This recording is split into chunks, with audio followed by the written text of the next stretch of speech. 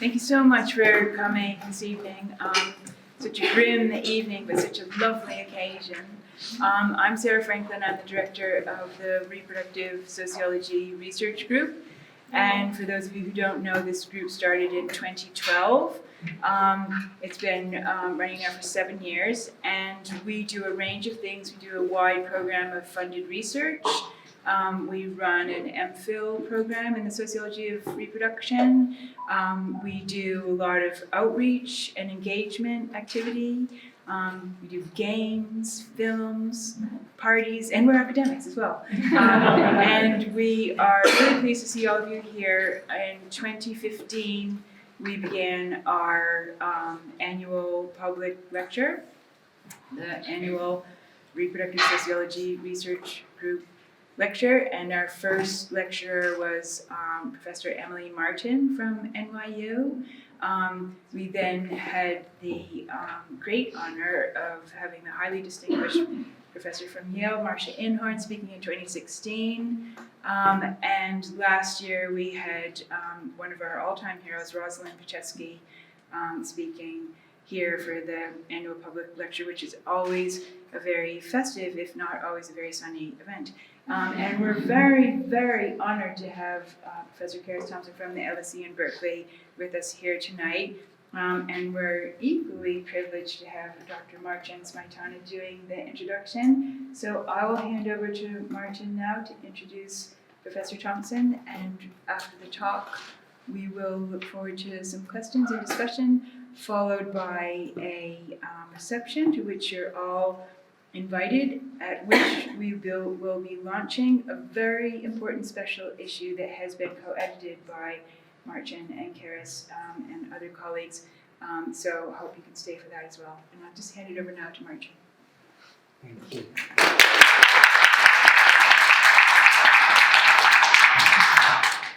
Thank you very much. So it is a joy to introduce Charis Thompson, who is a professor of sociology at the London School of Economics. She joined the LSE Department of Sociology from the University of California, Berkeley, where she was professor of gender and women's studies and a former director of the Science, Technology and Society Center. And that's where some of us met Charis, on the UC Berkeley campus, on the 6th floor of Barrows Hall, the Department of Gender and Women's Studies in the thought-provoking neighborhood of the Center for Race and Gender and the African American Studies. But before moving to Berkeley, Charis Thompson was in the History of Science department at Harvard University. She received her PhD from the Sociology Science Studies program at the University of California, San Diego, and her BA in Philosophy, Psychology and Physiology at Oxford University in the UK. In 2005, Charis Thompson published an ethnography of assisted reproductive technology clinics in the USA called Making Parents, the Ontological Choreography of Reproductive Technologies, which won the 2007 Rachel Carson Award from the Society for the Social Study of Science. It is in this book, as well as earlier, which many of us quote and teach in courses of sociology of gender, science and technology, and other, that she developed the concepts such as ontological choreography, strategic naturalization, selective pronatalism, and biomedical mode of reproduction, among others. The book title, Making Parents, corresponded to the processes she illustrated of how parents were made and kinship disambiguated through precise choreographing of ontologically different elements such as intentions, money, biology, and other. In her 2013 book, Good Science, the Ethical Choreography of Stem Cell Research, also published by the Massachusetts Institute of Technology Press, like her first book, Charis Thompson characterized the contemporary transnational circuits of stem cell science innovation. Based on her research in California and in South Korea, she showed transnational power hierarchies and dynamics that shape contemporary stem cell science. In one of the chapters, she also set out the scientific rationales for the withdrawal of animal experimentation models from scientific research, which in a way followed from her earlier work on how the knowledge and figure of African elephants is produced, published in the 2004 volume edited by Sheila Jasanoff. Good science was linked to Charis Thompson's extensive work on the democratization of stem cell and post-genomic science, presented at events so prestigious as the International Summit on Human Gene Editing in 2015, as well as for numerous councils and committees such as the Nuffield Foundation that she had advised. In her 2015 commentary in the journal Nature, she argued that the governance of biotechnology should include scientists, social scientists, patient advocates, and others on equal terms, because people differ on which issues they think are the most important, and such differences could easily lead to exclusions based on gender, sexuality, race, class, disability, and citizenship. Currently, as she reveals, she is working on a book called Getting Ahead, on living in the time of science and technology elites. Charis is also known for numerous papers and chapters in her oft-quoted Medical Migrations Afterward, Science as a Vacation in the Body and Society journal in 2011. She characterized the simultaneously effective, monetized, historical, and biomedicalized nature of contemporary bioeconomies. In Race Science, published in Theory, Culture and Society in 2006, she discussed the re-emergence of racist science, that is scholarship lending support to racist ideologies or racist governance. And in the Shades of Difference book, edited by Evelyn Nakano-Glenn in 2009, she critically assessed the persistence of biological race in egg donation for assisted reproduction. These are just some examples from over 40 referred papers that she has published, not counting the commentaries, comments, reviews, and other publications, including in prestigious science journals such as Nature and Science. And not counting the countless recommendation and reference letters she must have written. She is a recipient of UC Berkeley's Social Science Distinguished Teaching Award. And we know why. In this room, there are a few of the many students, postdocs, and scholars that Charis has mentored. And some of them have come on purpose for this lecture from Hungary, Norway, and quite a few other places. Charis hosted many of us at UC Berkeley, as well as continued the mentoring and collaboration through emails, Skypes, and meetings.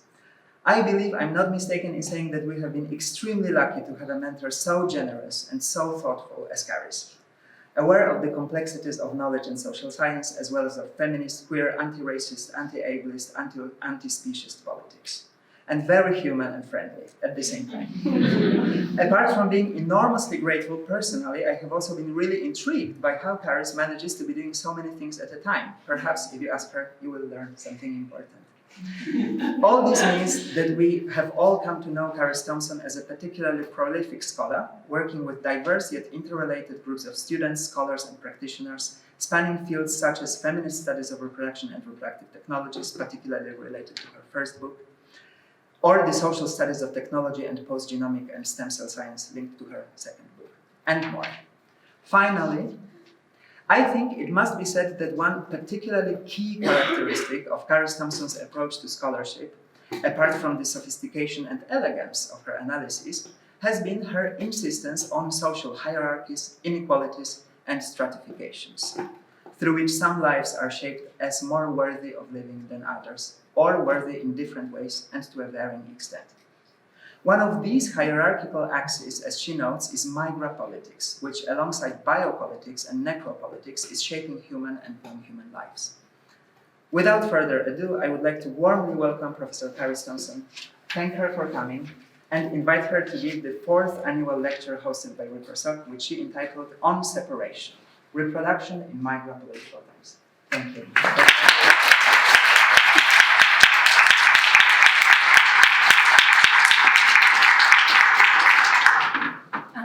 Thank you, Martin.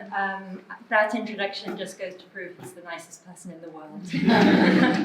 It's lovely to be here. There are so many dear friends, so many people I know just a little, but whose work has and continues to inspire me, and Marilyn Strickland. Okay, so let's get started. Thank you to everybody for all the organization, which has been really wonderful. Lois and Katie and Martin and everybody, thank you. So I want to take us quite fast through a bunch of words and then dwell a little on some pictures. So the biopolitical or biopolitical, some people put a hyphen in the middle of it. There's the Foucauldian set of meanings, which essentially date the concept from the 19th century, and the idea is that power, whatever that might be, takes life under its care thanks to the play of technologies of discipline on the one hand, on the self, and technologies of regulation on the entire population on the other hand, with the body as one pole and the population as the other. There's another whole use of the term. These terms overlap quite a lot, but it's also important to separate them, which is more common in feminist and critical race technoscience studies, which refers to the biomedicalization of social and political questions from roughly the mid-20th century. So with the rise of big biology, life, and big transitions in life and human sciences. It also includes political battles over and within the meanings of, uses of, and funding for biomedicine and the life sciences. In my own work, a kind of biopolitical has been very important from early on, especially around this concept that's driven me also in my environmental work. Thank you, Martin, for drawing attention to that, which is the idea that the way that state logics work always, I would maintain, procepts some bodies, some beings, some individuals, and contracepts others. It can do this extraordinarily implicitly and benignly almost even, but it's part of what the techniques of the state are, I've argued. The necropolitical, as the word suggests, pays more attention to making die as opposed to who is made to live. In Achille Mbembe's use of the term, introduction of the term, he introduces the plantation and the colony as foundational sites for thinking about the biopolitical and necropolitical alongside the concentration camp, which had been the primary site for theorizing from continental Europe. He describes necropolitics as being, at the aims of necropolitics as being to implement separation, infrastructural warfare, and the militarization of daily life in a state of siege for some people.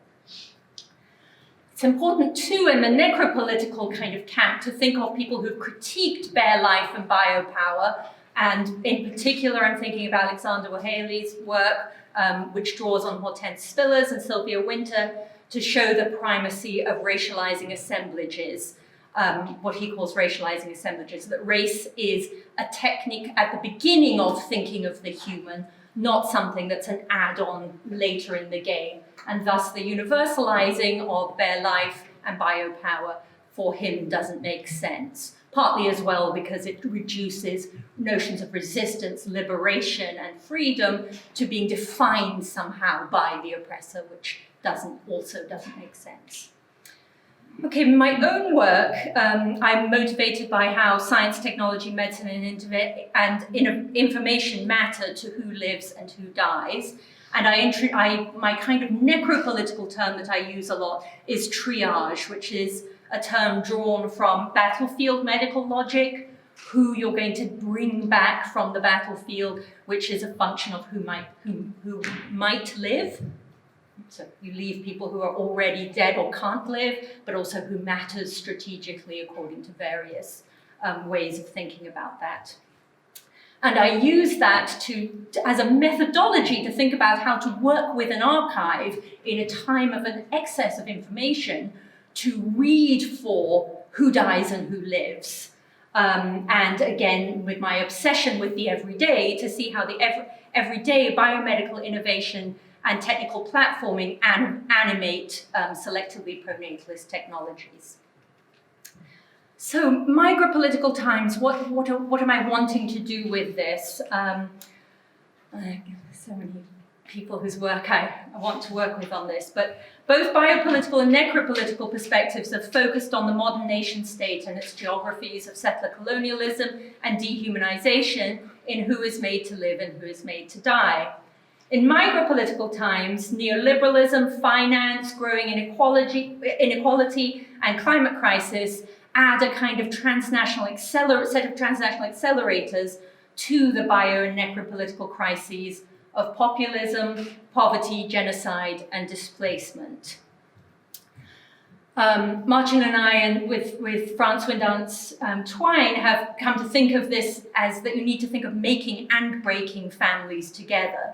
That making and breaking families is at the heart of the Migra-Political, as is the sociology of reproduction and assisted reproductive technologies, which separate gametes, gestation and parenting, and can freeze time and skip generations. Scholars have shown people have different capacities to move across borders in line with different ways in which their own worth is justified, and their reproductive bodies, labour or health, depending on who they are and how their worth is justified, are marketized. This slide I'll go through very quickly because it's the subject of our reception to follow. But in the special issue that we're about to launch, we take off from the infrastructures of reproduction, the platforming of IVF and its global spread, the work of Sarah Franklin and Marcia Inhorn, and our colleagues in the network, to think about our not flat world. We read together queer reproductions, reproductive justice, and stratified reproduction, in all of which borders and stratification feature intimately. Okay, so separation. What is separation? How does it work as a kinship term?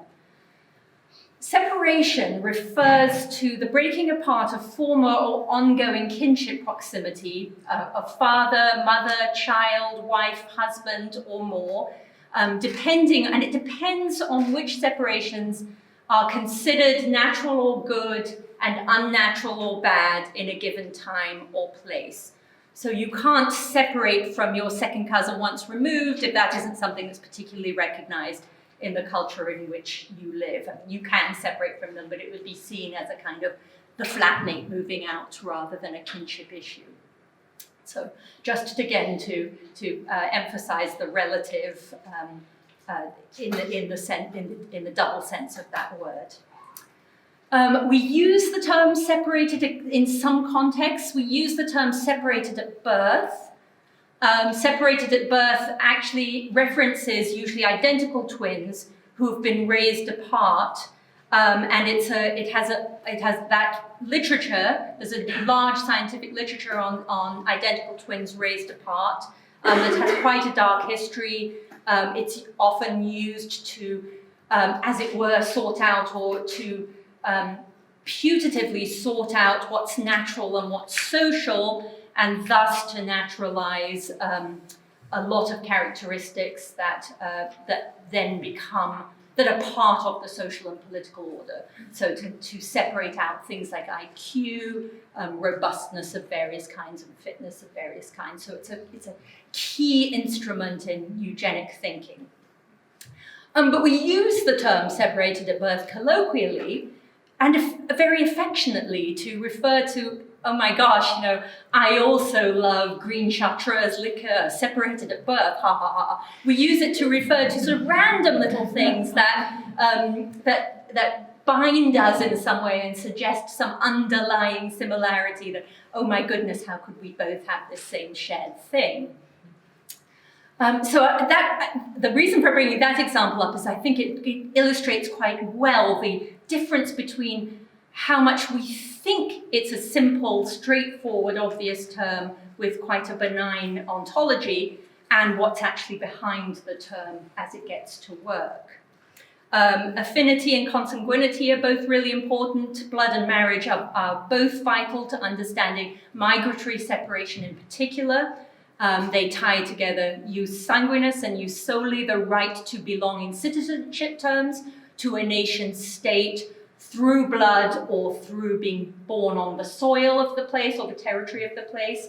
And right now, everybody is watching this drama unfold in the United States of the fight over birthright. If you're born on the soil,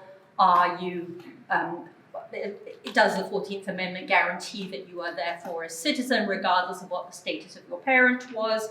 And through the rhetoric that's being ramped up around the concepts of anchor babies, that somebody comes to the country to have a baby, and that baby then can begin, through jus solis, can begin a jus sanguinis chain of migration to the country. It's being used in what I will return to in a bit as well, the rhetoric around the so-called migration caravan at the moment. Okay, stigma and sacrality are really, really important around the concept of separation. We do have a few kinds of separation that are very, very sacred, that we consider very sacred and very honored, but they are very, very specific, at least over here. We orphans, although I will again return to orphans in a little bit because they're more problematic than seems at first, and then some widows and widowers. So if you lost your parents or you lost a spouse or child from one of the non-stigmatized diseases, so again it's very specific, or doing something heroic, doing something humanitarian or at war, something heroic, then you are separated before the time of the person who was taken from you, and your mourning is a public mourning. It's a very sacred kind of situation. But mostly separation is extremely stigmatized.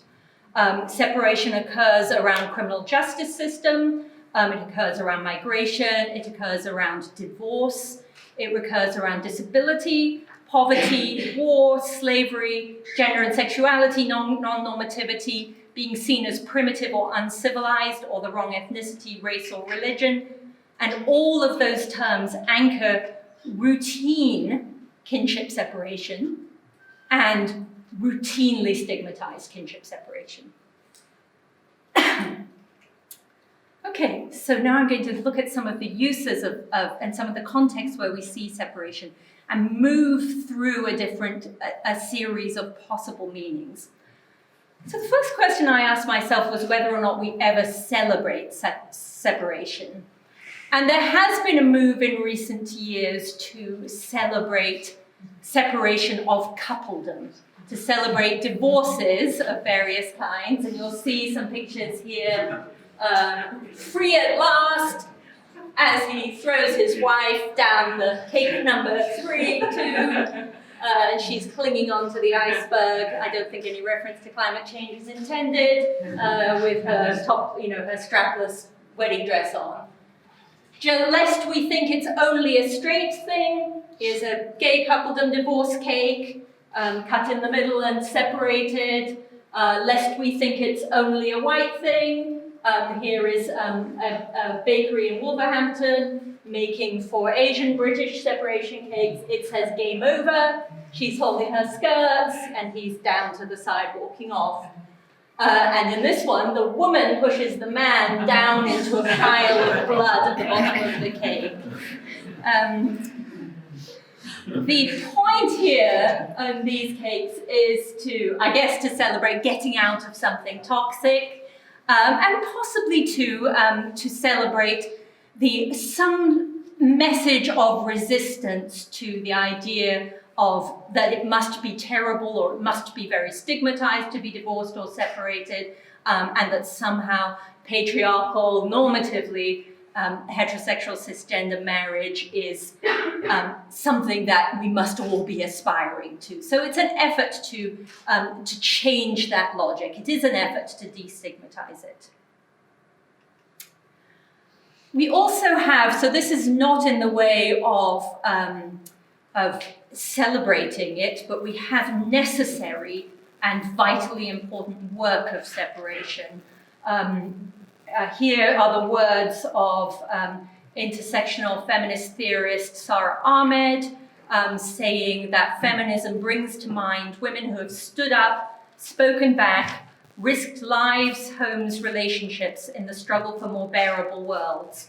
And she talks throughout that book there's a refrain of ruining things, those of us who willfully keep ruining things around the family table. And there are so many songs in holiday and religious traditions that center on family and make the time of toxic family really troubling, that have that around the family table refrain, and it comes up through the chapters of the book. She theorizes incredibly usefully, she theorizes separation as diversity work.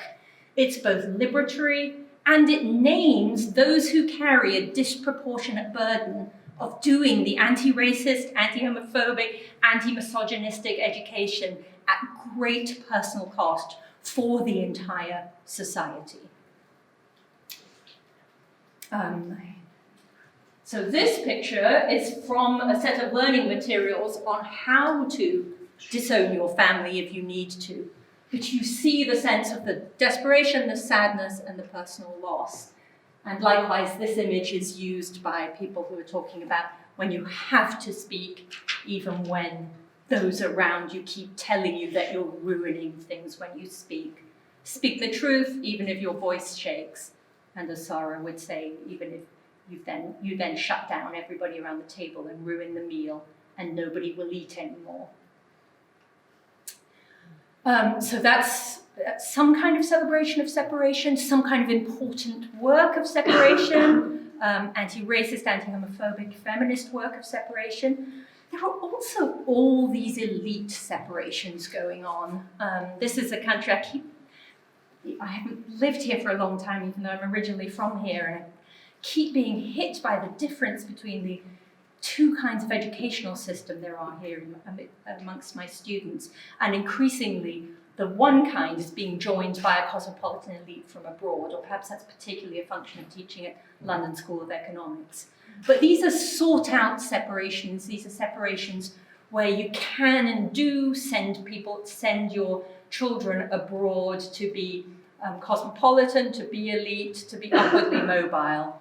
And it's a class of both diasporic and homespun educational family separations with a deep history. And I've put two different pictures. One is from Eton and one is from some of the educational information that we give when we're trying to attract overseas students.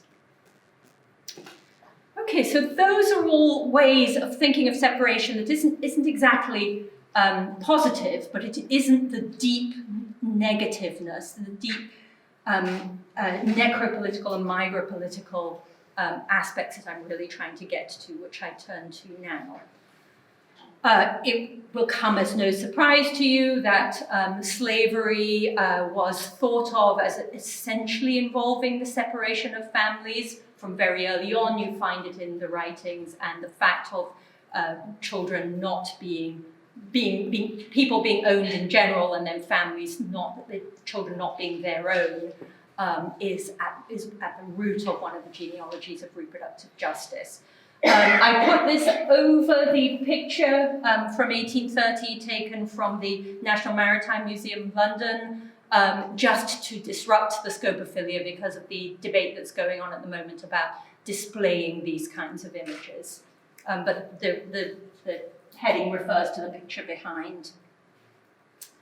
The stolen generations and indigenous children, the fundamental importance to settler colonialism of taking children away from their families and from their culture, and that's from the Carlisle Indian Industrial School in Pennsylvania in 1900. Disability, which our colleagues such as Alison Kafer and Marcia Saxton have shown us, revolves around sterilization, so the prevention of reproductions, segregation so that you separate off children from their families, and deselection in the current era, that we use reproductive technologies to deselect certain kinds of children and adults. We also know the long history of homes and workhouses for the poor, for neglected children. Neglected children often just meant children who have parents who have to work, and children in trouble with the law, which again, those categories are not only in fact often collapse, but they're often used theoretically together to describe who should be in these homes. The terms used for these homes changes over time, but they keep a particular relation to this kind of necropolitical project. Reformatories, industrial training schools, borstalls were adopted. Again, they were not orphans. In Highgate, N6, which is one of the wealthiest suburbs of London and has been the subject of one of the classic ethnographies of contemporary elites. There were also maudlin asylums for fallen women. So taking people from their families and separating families for their disruptions of marriage and their appropriateness for being part of a family. We also know from the Convention on the Prevention and Punishment of the Crime of Genocide that was adopted by the General Assembly of the United Nations on 9th of December 1948 in response to many global many things that were going on, including Australia's what was going on with the stolen generations of children in Australia. And it defines genocide as the means, any of the following acts committed with intent to destroy in whole or in part a national, ethnical, racial or religious group as such, by killing members of the group, causing serious bodily or mental harm to members of the group, deliberately inflicting on the group conditions of life calculated to bring about its physical destruction in whole or in part, and then two that are explicitly about separating families and reproductions, imposing measures intended to prevent births within the group, so selectively contracepting groups, and forcibly transferring children of the group to another group. Because of my particular interest in things that are not done explicitly, I highlighted E here because it says that the acts shall be punishable when there's complicity as well as when they're undertaken explicitly.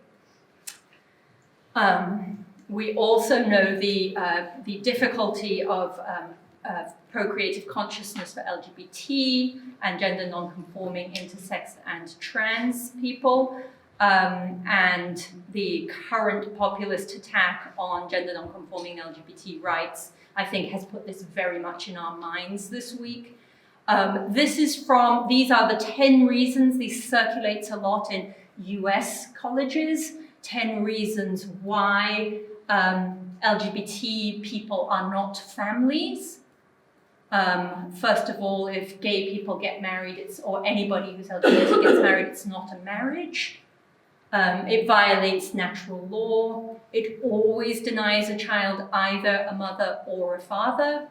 It validates and promotes the homosexual lifestyle in all of its bisexual and transgender variants.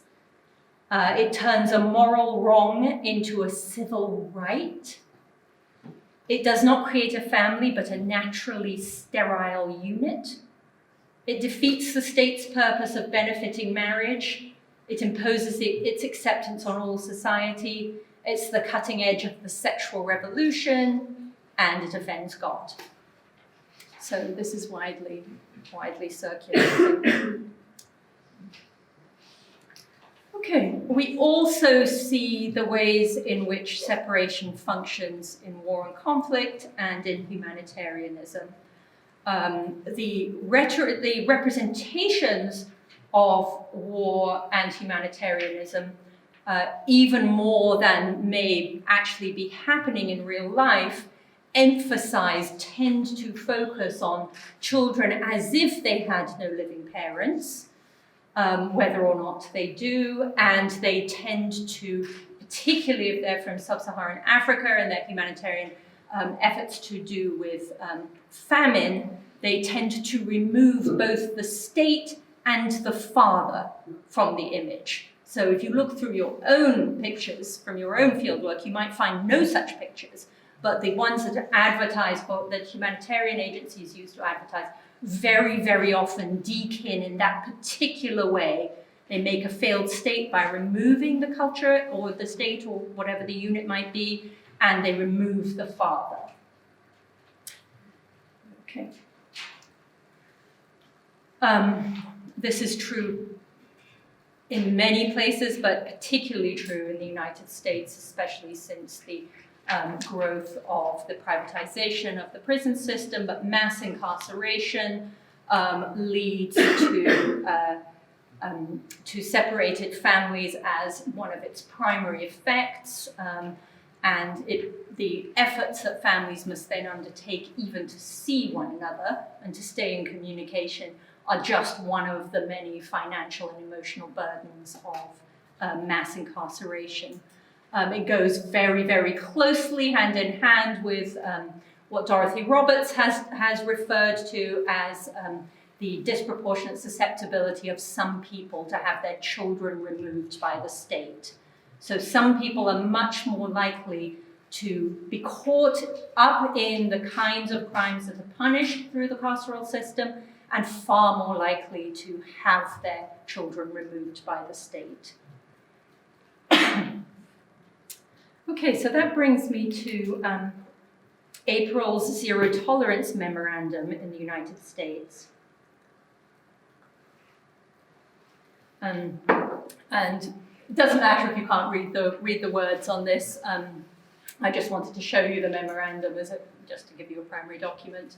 But the point of the zero tolerance was the move to require police on the southwest border of the southwest in particular border of the United States to prosecute anybody who crossed illegally into the country. So for a while it has been the case that if you crossed with children, if you crossed as a family unit or you looked like you presented as a family unit, it was not likely that you would be prosecuted. You would be held in a family detention center awaiting your trial. Because if you're prosecuted immediately, you go to prison, and children cannot go to prison, the children get separated. So under a mandatory prosecution memorandum, you then leave no option but to separate off the children. So this is the Tornillo, Texas tent city. This is for older unaccompanied children while they're waiting for a family member or possible foster parent or for their parents' trial. These children are held in this tent city. There's workbooks and things, but they don't. It's the usual instruments of the state, the education and things, and there is healthcare, but it doesn't function as it really is a holding place. It's a holding place for them, and this has been the set of images and the idea of the separation of families that has really been fueling the culture war around this particular border, between those people who are saying the loophole before that people were using children to come across the border illegally and be relatively immune to prosecution was terrible and was an abuse of children, versus people who are now saying the idea that you would deter legitimate migrants and asylees and refugees by the fact that if they get there, their children will be taken from them, is the thing that is the inhumanity. Common cause has been made around this families belong together. I want to say just a few things about this idea of families belong together. It's hard to not want to say this at the same time as it's made many people uncomfortable. This idea of the families belong together, that we know who is a family and that they always belong together and they're always benign and for the good of everything. And one of the things I want to now turn to is whether or not there's anything different or more that we can do than just countering separation with what's on the face of it a kind of sacralized, intimate, personalized appeal to the happy domestic family. Is there anything else that we can, how else might we think about this? How might we modify that message? Which doesn't mean weaken it in any way, please no. But how can we think about it theoretically? Okay. So migration is fought over by pitting stigma separation against sacred separation. So going back to what I was saying earlier about those two clusters of things. So people may remember in candidate Trump's, one of his speeches in 2015, he described people coming over from Mexico using the following words. They're bringing drugs, they're bringing crime, they're rapists.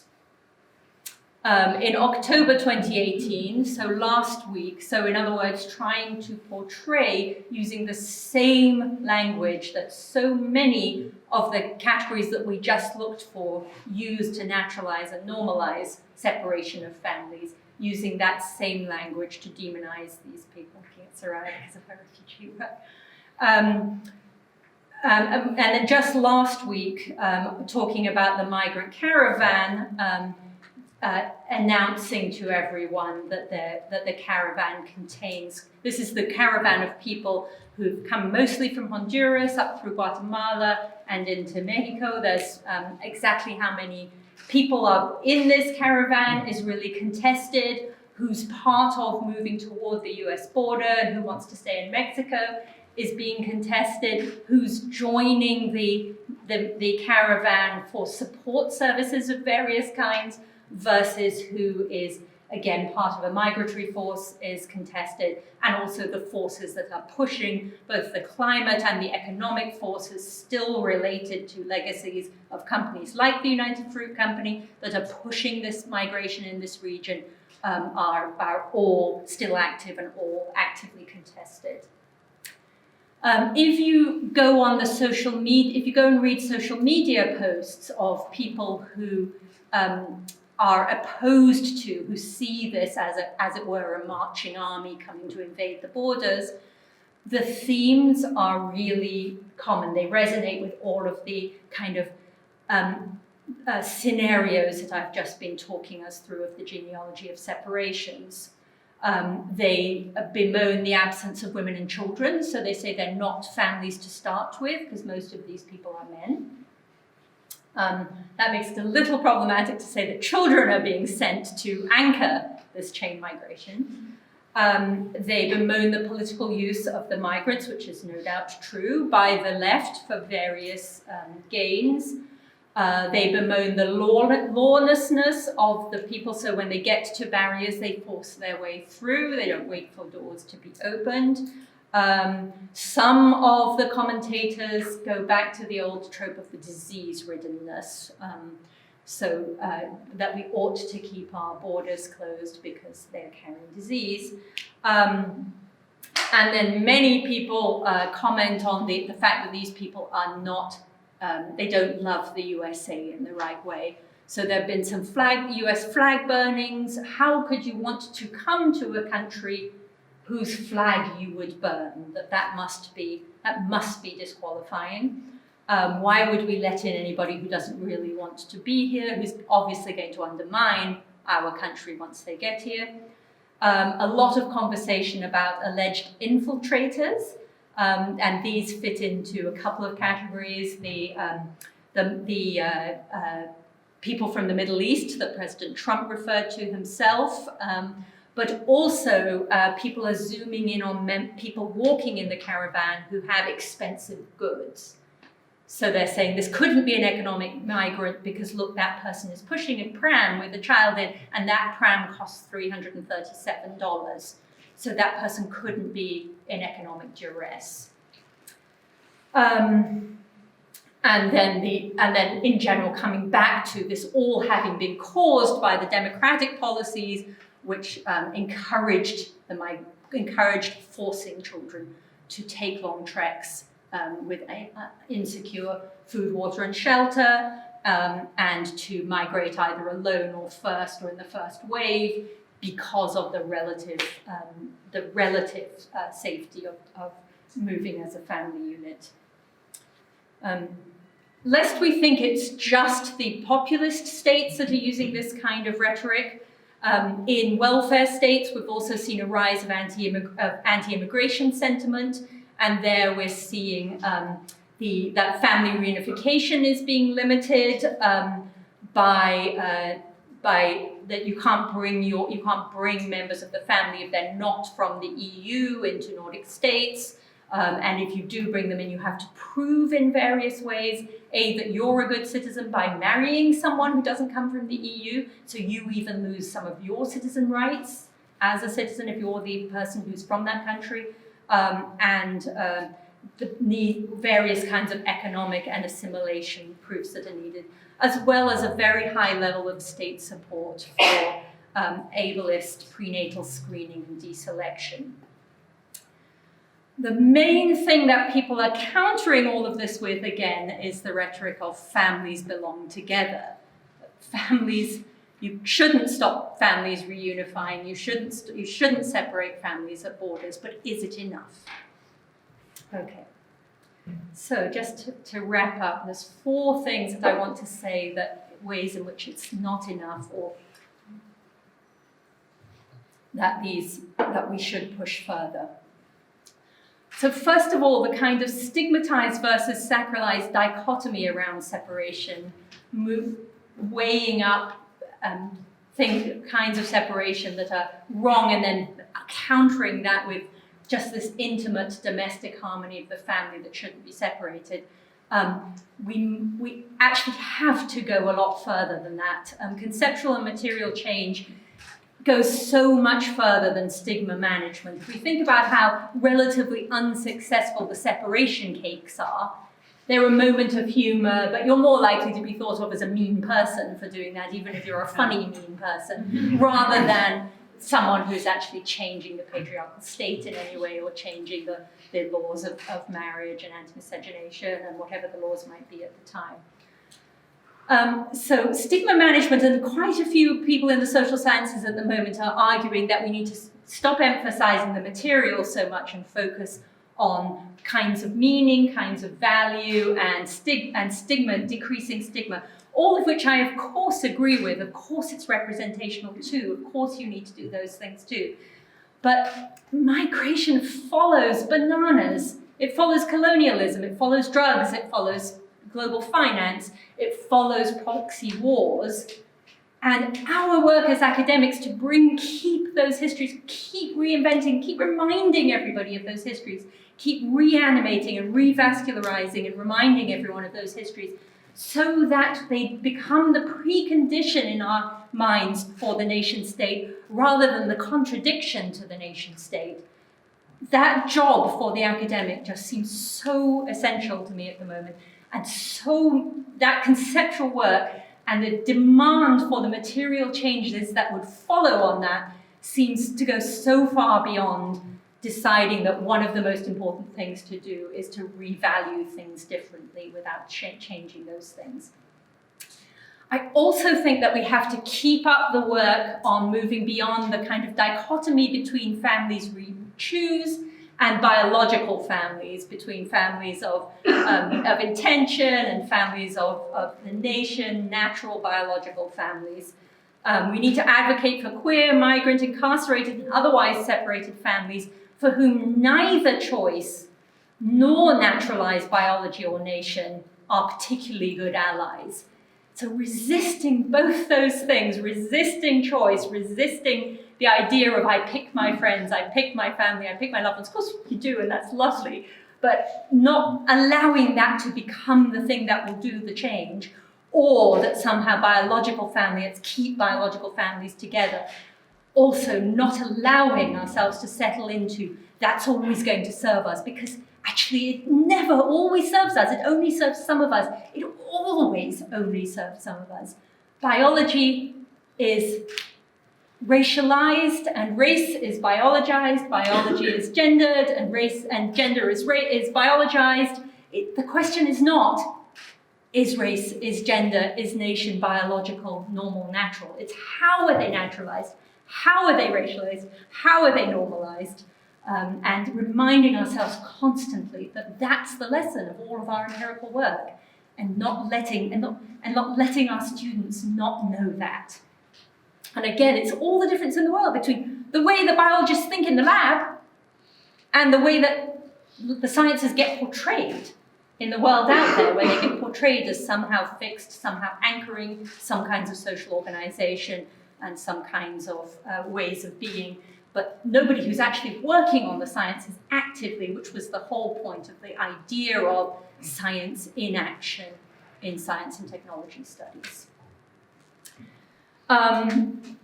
Third, I think we mustn't forget that this is that families always were defined by and in the throes of war, prison, occupation, dispossession, borders, hate, disability, poverty, race, ethnicity, religion, gender, and sexual identity. That defines what counts as a family. It defines what makes a family worth keeping together. And it also defines and promotes the norms and dynamics that cast out some family members. Okay, so all of which to say, families don't always belong together. Sometimes they belong together, they don't always belong together. But removal of children by the state and by the transnational apparatus of states is a crime of genocide, and we need new, urgent, transnational partial solidarities right now to work against the forgetting, against the hardening of the categories, and against the temptation to lapse into pitting the demonization of separation with only the intimate, with only the domestic, with only the natural and normal family.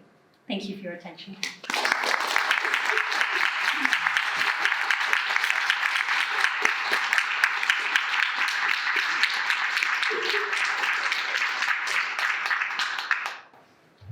Thank you very much. And we open the floor for questions and comments.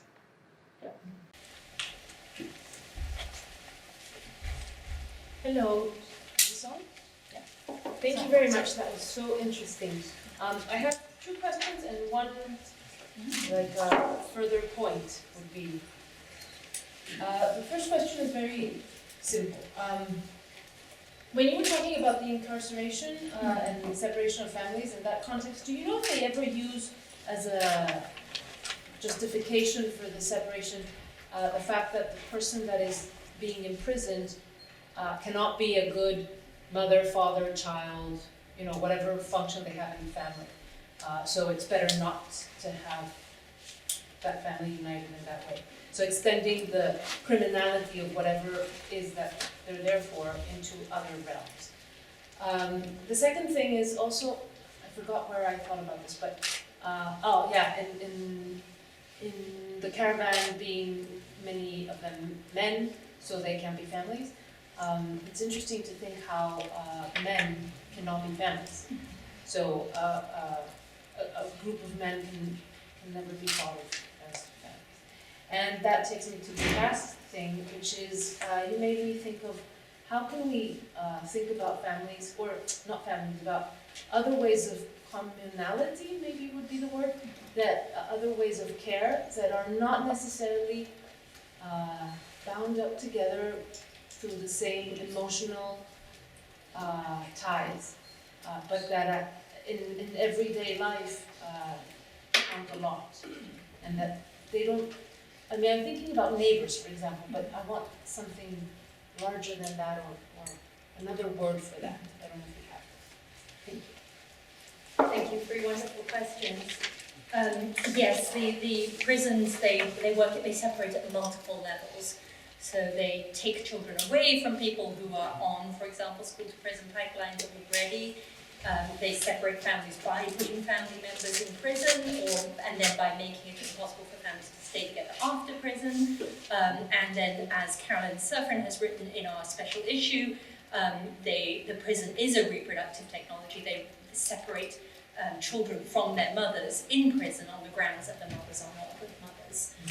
So that joins all those logics of bad parents, and in particular bad mothers, that scholars have written about. So absolutely, yes, those things, the idea of being a bad family naturalizes the separation in ways that resonate across many of these scenarios. The idea that men can't be families, you also, men do a lot of, they representationally do a lot of very interesting things. If they're marching, they look like an army. They look like they're coming for work. They look like they're taking jobs from from the working classes, or at least that's how they're being portrayed as looking. And yet we see in the humanitarian literature that if you take away the father, you can take away the nation state as well. You can take away the idea that there's anything there and that those people then need saving by the West or by the rest. They need that the mother and child as a unit alone is something that exits state and family and nation and family and becomes something that needs saving. So men do play this very pivotal role between anchoring the public and the private and the domestic and the productive and reproductive. In terms of commonalities, I mean, these are the questions. What are the words that work? I'm somebody who doesn't want that one notion. I think sometimes family is extremely, not surprisingly, I'm from the strategic naturalizing, the strategic essentializing tradition, which won't surprise you. But sometimes family is something that's very, very rhetorically powerful. It can be very non-partisan, and it can actually be where the affective and regulatory crux of the matter is. And so family can be really important. Sometimes it's care, sometimes it's networks of care, but as we know from people writing in transnational stratified reproduction, networks of care themselves have all kinds of dynamics of stratification and many times of coercion, thinking of Evie Glenn's Forced to Care and work such as that. There are notions like neighborhood, but we're about to have the anniversary of Kristallnacht. I mean, you can't. To my mind, there isn't any one that will always work. The point is to remember that all of those collecting categories work for some. They mobilize infrastructure, innovation, biology, people, laws, regulation, ways of treating each other, things to feel good about and things to feel bad about all the time, but they do it in ways that isn't equal for all, and that sometimes comes out in patterns where extraordinary inequalities are happening, as I believe we have at the moment in the world, exacerbated by climate change and such like, where with so many of those devices, those kind of modern categories of people that are really leaving so much in so much trouble that it's completely unsustainable. So I'm not the person to look for it, but some kind of partial solidarities, readiness to work with one another, readiness to listen to one another without needing to be right, without needing to have the voice, without needing to, learning from one another, willingness to work together. I like the quote that's been circulating a lot recently that we can agree to disagree. We don't have to agree unless your belief denies the conditions of my existence. And so that fundamental, if it's a fundamental technique of dehumanization, then maybe that's the limit of solidarity. Thank you.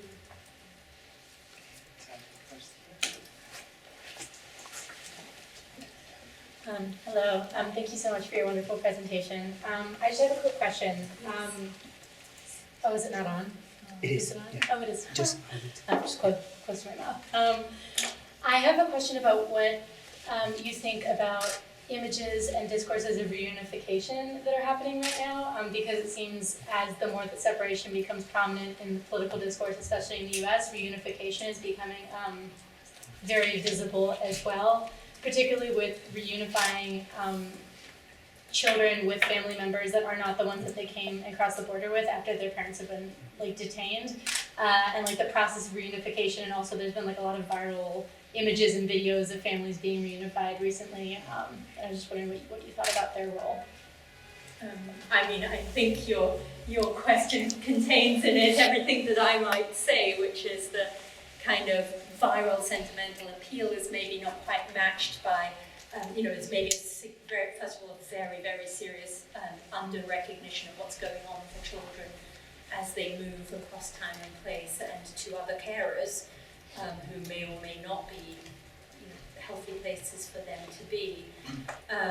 But I do think that we are so focused on families belong together that it is in a way our money shot.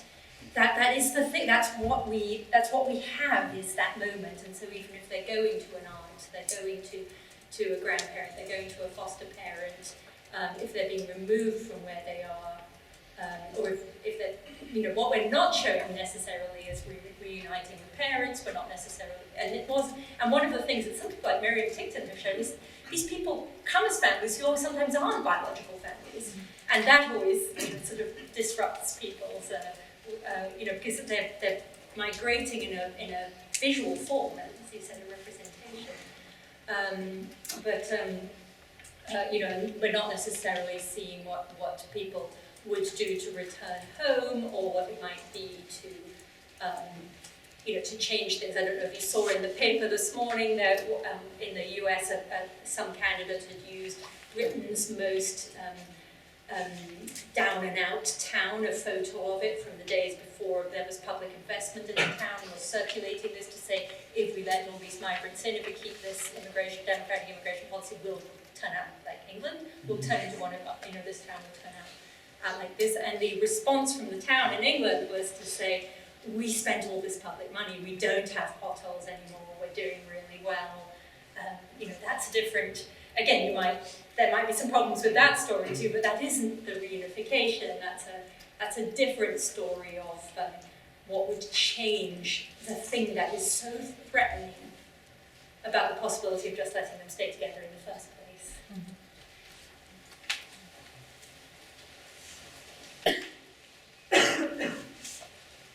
Thank you very much.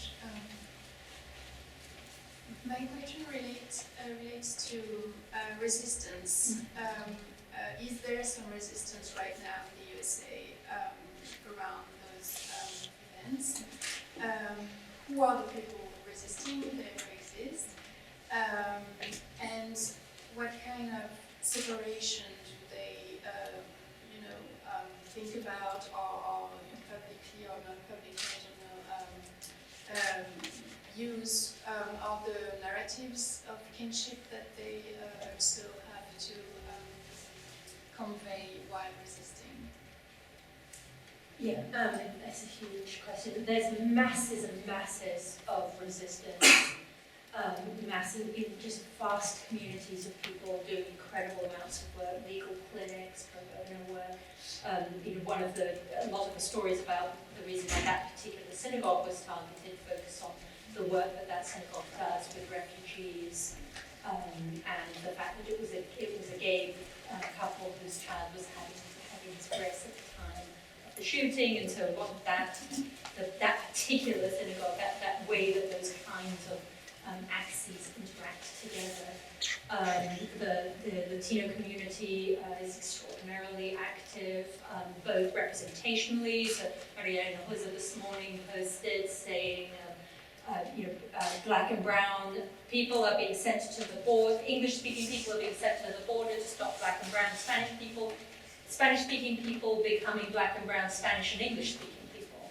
So there are lots and lots of ways that people are actively reframing it that really really get to, then that forces you to think about the language politics, it forces you to think about, you remember from Berkeley that the Latino workers movement that was going on that said we didn't cross the border crossed us. So if you go back in history of Mexico, it's not the USA. And so there are incredible numbers of people reframing these issues and working day in and day out and running clinics and so on. But it's a particularly winner-takes-all time at the moment. Many people think democracy is broken for various reasons that we can have a talk about later. And I also think an awful lot of us are caught up in, I know me and my colleagues are really caught up in very, very small dangers to ourselves and our students right now. If you say or do something that gets taken out of context, And so there's a kind of way in which the minutiae or the banality of affective and material polarization is really colonizing.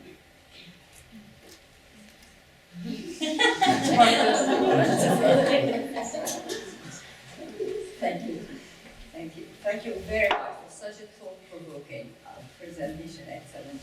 I just wondered whether you would like to comment on the fact that some of these separations, what might appear to be a separation, is a calculated strategic move, which, as you can see, increasingly people are sending children 7, 8 years old or younger, as a move, very multiple complex reasons that they are sending.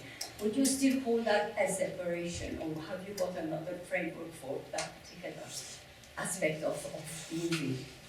Yeah, so as I was saying about people opposing the migration, lots of them are making that point that people do use children strategically because it can be easier for families to get in, and less likely to be prosecuted, less likely to be repatriated immediately. So people are using that argument against them. Also, people are using those strategies. People will leverage whatever is available in circumstances of need, desire,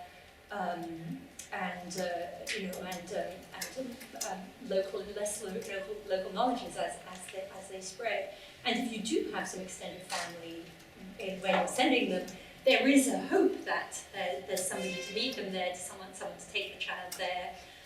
Sometimes you can use an older child to get a family somewhere, and then when you're pregnant, it's a good time to go because then you get to use solace, and then you can bring the whole family like that, and so on. So absolutely, people will use what's possible, just as those of us who are in academia, by the fact that we're in academia, have relatively high class status and probably all have at least one passport.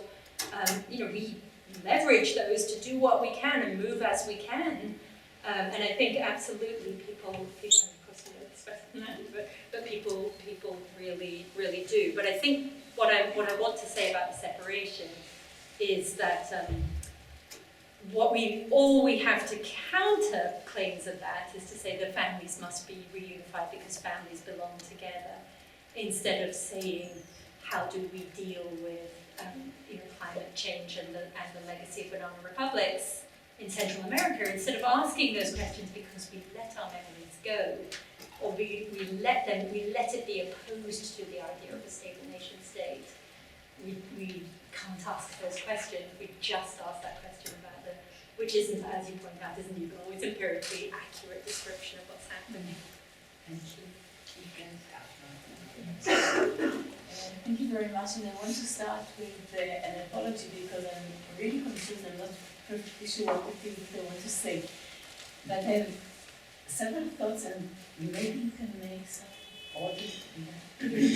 I was thinking about the realm of ART and the ways,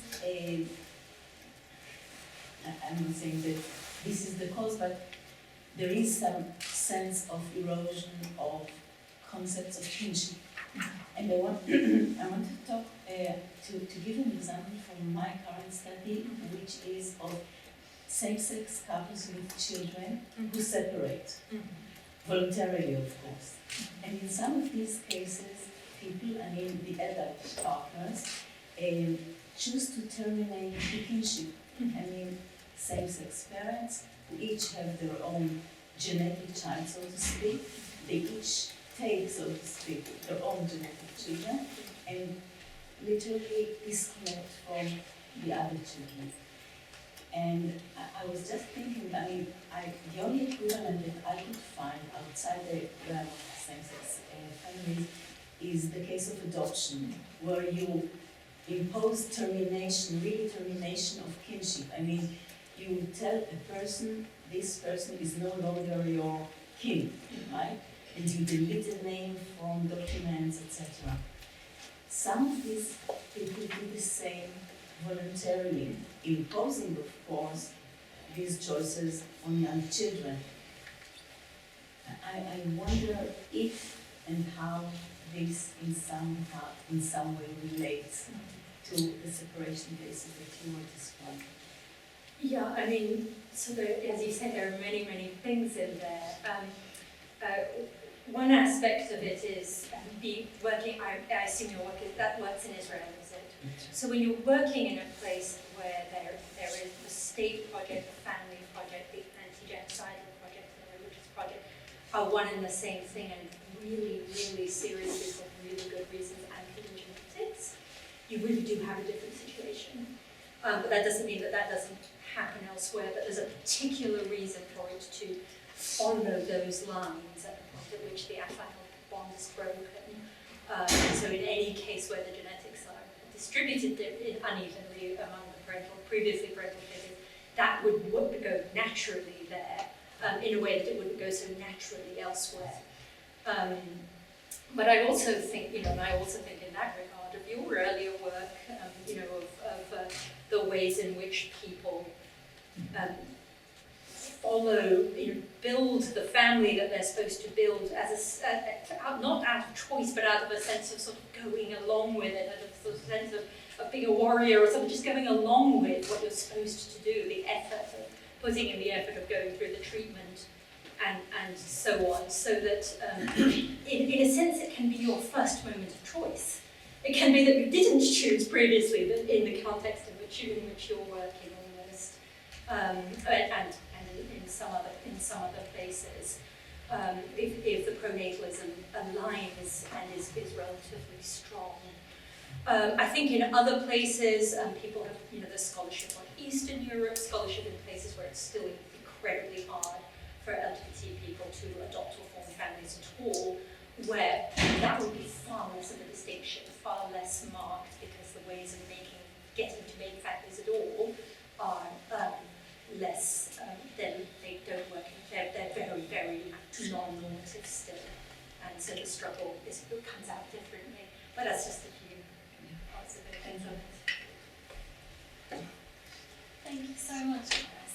And I just wanted to start off by saying how challenging but also helpful it is to hear you talk about such contemporary political situations that obviously, we're all aware of and see all the time. And I think it's, I personally found it really difficult to kind of know how to start responding to these things, especially within a kind of social media context where people are saying things that you wouldn't have expected or whatever. But as you were talking through all of the different examples, which was so helpful for kind of bringing it all to life, I was sort of thinking about all the different kinds of separation you were talking about. So you were talking about the physical separation of individuals being removed from one another, but also kind of the ideological or rhetorical separation, like you said in the humanitarian images. And then I also thought you were talking about both instances of forced separation, but also some of the cases you mentioned were chosen separation. And just some of the pictures you brought up made me think about, are there instances of chosen separation where actually the separation itself can be a tool for creating continuity and strength of bond, as opposed to disruption and discontinuity? So, at the kind of most benign end might be your Etonian schoolboys who are going to the same school that their father and their grandfather went to. So the physical separation at age 4 might actually be a way of creating a continuity in another way. But also I think sometimes, that kind of sort of resistance discourse might be employed in cases of migrant workers. Yeah, and I think Soraya was implying that a little bit, that there can be a choice in a separation that seems like it's abject. There can be a great deal of, sorry. No, just in terms of how the separation might, in broader terms, be cast as keeping the family together, or for the futurity of the family. And I was just wondering, these are just random thoughts, but I was wondering how actually introducing those separations or categories might help us think through this question of, that families belong together. No, that's fair. Thank you. And a lot of people's work in this room has shown some of those dynamics, but the classic works on stratified reproduction. We very, very often get somebody, for example, a woman coming from the Caribbean or from the Philippines to do domestic work, taking care of children in New York for this Shelley Collins and other people's work, for a rich family, so the mother can be a woman of leisure or go to work. And the reason is to send money to her own family, her extended family, where there's maybe a grandmother taking care of the children or a sister taking care of the children.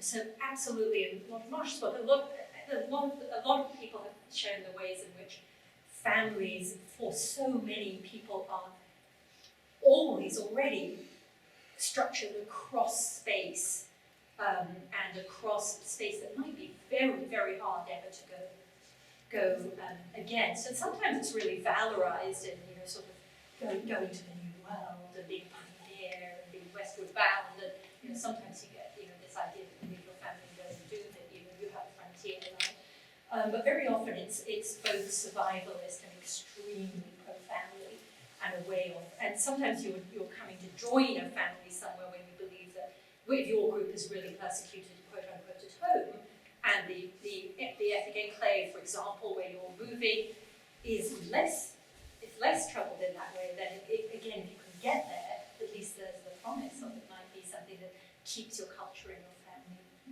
together. And so, they're not very, very often migrations, the Great Migration to the North, very often migrations are a way to